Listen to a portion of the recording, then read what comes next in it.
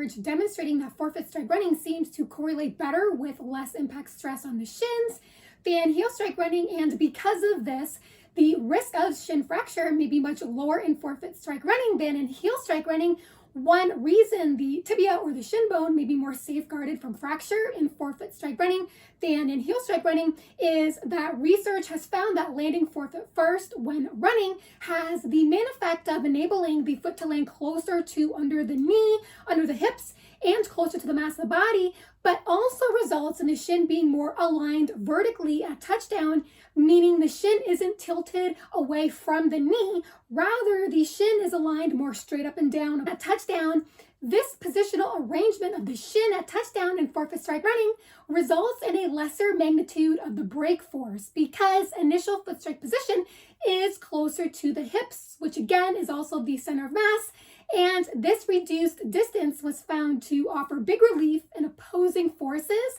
such as reductions in compressive loading and impact forces in the vertical and anterior posterior directions on the shin, which essentially means there's less impact forces attacking the front and the back of the shins and are all associated with a reduced risk of shin fracture. Whereas in heel strike running, the shin may be more under stronger compressive pressure because at heel strike, the shin is tilted in front of the knee and in front of the hips, which also means the ankle and the foot is positioned farther ahead of the center of mass. This positional arrangement puts the shin on a damaging collision course because there's a longer distance separation between initial foot strike position and the center of mass, of which in this condition, the center of mass crashes head on more intensively for a longer period of time. And out of this, a heavier foot strike intensity followed by greater compressive loading on the lower leg are produced, which was found to cause tibia or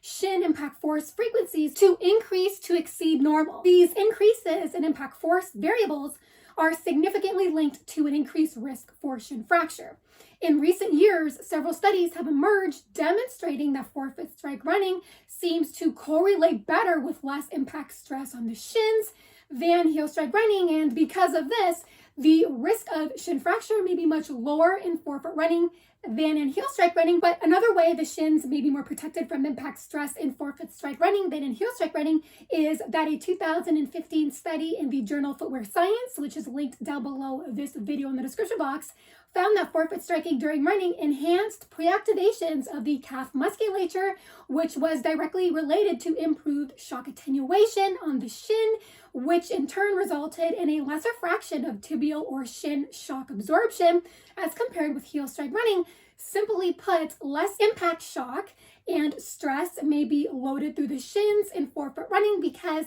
forefoot striking during running initiates higher engagements of the calf muscles and acting as shock absorbers, making the calves better at preventing increases in impact from spreading out on and up through the shin. Better yet, a 2010 study in the journal Nature, which is also linked down below this video in the description box, yielded another layer of tibial impact protection that forefoot running may provide. The researchers found that landing with the forefoot strike during running engaged a more compliant ankle joint at touchdown, which not only held the foot more stable, but had an effect of helping deflect impact shock away from the tibia. Knowing all of this has important implications for how we think about the influence of foot strike pattern on injury prevention, and that forefoot running has consistently been found to do more to significantly limit mechanical stress and impact loading